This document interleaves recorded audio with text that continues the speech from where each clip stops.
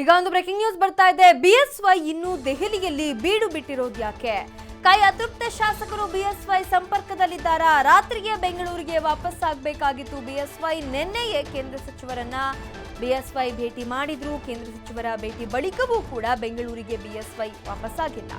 ದೆಹಲಿಯಲ್ಲೇ ಅತೃಪ್ತರನ್ನ ಸೆಳೆಯಲು ರಣತಂತ್ರ ರೂಪಿಸ್ತಾ ಇದ್ದಾರಾ? ಬಿಎಸ್ ಯಡಿಯೂರಪ್ಪ ನಡೆ ಸಾಕಷ್ಟು ಕುತೂಹಲವನ್ನ ಕೆರಳಿಸಿದೆ. ಕೈ ಅತೃಪ್ತ ಶಾಸಕರು ಬಿಎಸ್ವೈ ಸಂಪರ್ಕದಲ್ಲಿದ್ದಾರಾ?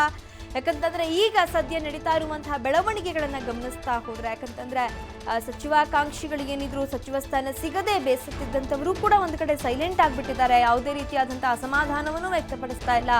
ಮತ್ತೊಂದ್ ಕಡೆ ರಮೇಶ್ ಜಾರಕಿಹೊಳಿ ಯಾರ ಸಂಪರ್ಕಕ್ಕೂ ಸಿಗದೆ ಅಜ್ಞಾತವಾಸವಾಗಿದ್ದಾರೆ. ಹಾಗೆ ಬಿಎಸ್ವೈ ಕೂಡ ಒಂದಷ್ಟು ನೆಪಗಳನ್ನ ಇಟ್ಟುಕೊಂಡು ದೆಹಲಿಗೆ ತೆರಳಿದಂತಹವರು ಆ ಕೆಲಸಗಳಾದ ಮೇಲೂ ಕೂಡ ಕೇಂದ್ರ ಸಚಿವರ ಜೊತೆ ಮಾತುಕತೆ ನಡೆಸಿದ ಮೇಲೂ ಕೂಡ ಬೆಂಗಳೂರಿಗೆ ವಾಪಸ್ ಆಗಿಲ್ಲ, ದೆಹಲಿಯಲ್ಲೇ ಉಳಿದುಕೊಂಡಿದ್ದಾರೆ. ಇದಕ್ಕೆಲ್ಲ ಏನು ಕಾರಣ ಅನ್ನುವಂಥದ್ದು ಸಾಕಷ್ಟು ಕುತೂಹಲ ಮೂಡಿಸಿದೆ. ಈ ಬಗ್ಗೆ ಮತ್ತಷ್ಟು ಮಾಹಿತಿಯನ್ನ ನೀಡ್ತಾರೆ ನಮ್ಮ ಪ್ರತಿನಿಧಿ ಸ್ವಾತಿ ಚಂದ್ರಶೇಖರ್. ಸ್ವಾತಿ, ಸದ್ಯದ ರಾಜಕೀಯ ಬೆಳವಣಿಗೆಗಳು ಸಾಕಷ್ಟು ಕುತೂಹಲವನ್ನ ಕೆರಳಿಸ್ತಾ ಇದೆ. ಒಂದು, ರಮೇಶ್ ಜಾರಕಿಹೊಳಿ ಕಾಂಗ್ರೆಸ್ ಪಕ್ಷದ ಯಾರ ಸಂಪರ್ಕಕ್ಕೂ ಕೂಡ ಸಿಗ್ತಾ ಇಲ್ಲ. ಮತ್ತೊಂದು ಕಡೆ ಕಾಂಗ್ರೆಸ್ನಲ್ಲಿ ಇಷ್ಟೂ ದಿನ ಇದ್ದಂತ ಅಸಮಾಧಾನದ ಕೂಗು ಕೂಡ ಎಲ್ಲೋ ಒಂದು ಕಡೆ ತಣ್ಣಗಾಗಿದೆ ಅನ್ನುವಂಥ ಸೂಚನೆಗಳು ಕಂಡು ಬರ್ತಾ ಇದೆ. ಆದ್ರೆ ಬಿಎಸ್ವೈ ನಡೆ ಕೂಡ ನಿಗೂಢವಾಗಿದೆ. ನಿನ್ನೆಯೇ ಬೆಂಗಳೂರಿಗೆ ವಾಪಸ್ ಆಗ್ಬೇಕಾಗಿತ್ತು, ಆದ್ರೂ ಕೂಡ ವಾಪಸ್ ಆಗಿಲ್ಲ. ಇನ್ನೂ ದೆಹಲಿಯಲ್ಲೇ ಬೀಡು ಬಿಟ್ಟಿದ್ದಾರೆ. ಅಂದ್ರೆ ಏನಾದ್ರೂ ಸ್ಟ್ರಾಟಜಿಗಳು ರಾಜಕೀಯ ಚಿತ್ರಣವನ್ನ ಬದಲು ಮಾಡುವಂತ ಯಾವ್ದಾದ್ರು ವಿಚಾರಗಳಾಗ್ತಾ ಇರಬಹುದಾ ಅಂತ ಬೆಳವಣಿಗೆಗಳೇನಾದ್ರೂ ಕಂಡು ಬರ್ತಿದ್ಯಾ ದೆಹಲಿಯಲ್ಲಿ? ಲಿಖಿತ, ಮೇಲ್ನೋಟಕ್ಕೆ ಕೇವಲ ಕೇಂದ್ರ ಸಚಿವರನ್ನ ಭೇಟಿ ಮಾಡೋದಕ್ಕೆ ಬಂದಿರೋದು ಮತ್ತು ಲೋಕಸಭೆ ಚುನಾವಣೆಯ ತಯಾರಿಗಳ ಬಗ್ಗೆ ಚರ್ಚೆ ನಡೆಸೋದಕ್ಕೆ ದೆಹಲಿಗೆ ಆಗಮಿಸಿರೋದು ಅಂತ ಬಿಎಸ್ ಯಡಿಯೂರಪ್ಪನವರು ಮೇಲ್ನೋಟಕ್ಕೆ ಹೇಳಿದ್ರು ಕೂಡ ಬಹುಶಃ ಬೇರೆ ಏನೋ ವಿಷಯ ಇದೆ ಅನ್ನುವಂಥದ್ದು ಇಲ್ಲಿ ಸ್ಪಷ್ಟವಾಗಿ ಕಾಣಿಸ್ತಿರುವಂಥದ್ದು. ನಿನ್ನೆ ಪತ್ರಕರ್ತರ ಜೊತೆ ಮಾತಾಡ್ತಿದ್ದಂತಹ ಬಿಎಸ್ವೈ ಅವರು ಸಂಜೆ 8:30 ಫ್ಲೈಟ್ಗೆ ನಾನು ವಾಪಸ್ ತೆರಳ್ತಾ ಇದ್ದೀನಿ ಬೆಂಗಳೂರಿಗೆ ಅನ್ನುವಂತಹ ಮಾಹಿತಿಯನ್ನ ನೀಡ್ತಾರೆ. ಆದ್ರೆ ಇವತ್ತು ಬೆಳಗ್ಗೆಯೂ ಕೂಡ ದೆಹಲಿಯಲ್ಲೇ ಉಳ್ಕೋತಾರೆ. ಒಂದು ಕಡೆ ಅಮಿತ್ ಶಾ ಈಗಾಗಲೇ ಭೇಟಿಗೆ ಸಾಧ್ಯ ಇಲ್ಲ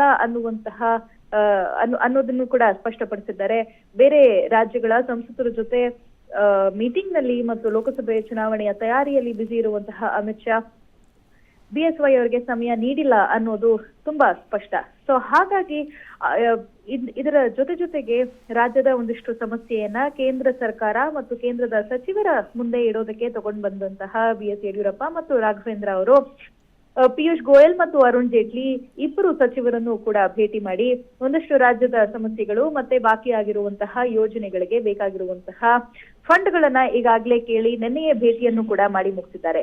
ಇದರ ಬಳಿಕವೂ ಕೂಡ ಯಾಕೆ ಇನ್ನು ದೆಹಲಿಯಲ್ಲೇ ಬೀಡು ಬಿಟ್ಟಿದ್ದಾರೆ ಯಡಿಯೂರಪ್ಪನವರು ಅನ್ನುವಂತಹ ಒಂದಿಷ್ಟು ಸಹಜ ಕುತೂಹಲಗಳು ಮೂಡಿದೆ. ಸೊ ಹಾಗಾಗಿ ಒಂದು ಕಡೆ ಅವರು ಹೇಳುವಂತದ್ದು, ಇಲ್ಲ ಸರ್ಕಾರ ಬೀಳೋದಿಲ್ಲ, ಸರ್ಕಾರ ಬೀಳಿಸೋದಕ್ಕೆ ನಾವು ಕೂಡ ಸಿದ್ಧವಾಗಿಲ್ಲ, ನಮಗೇನಿದ್ರು ನಮ್ಮ ಮುಂದಿನ ಕಾನ್ಸಂಟ್ರೇಷನ್ ಲೋಕಸಭೆ ಚುನಾವಣೆ ಅನ್ನುವಂಥದ್ದು.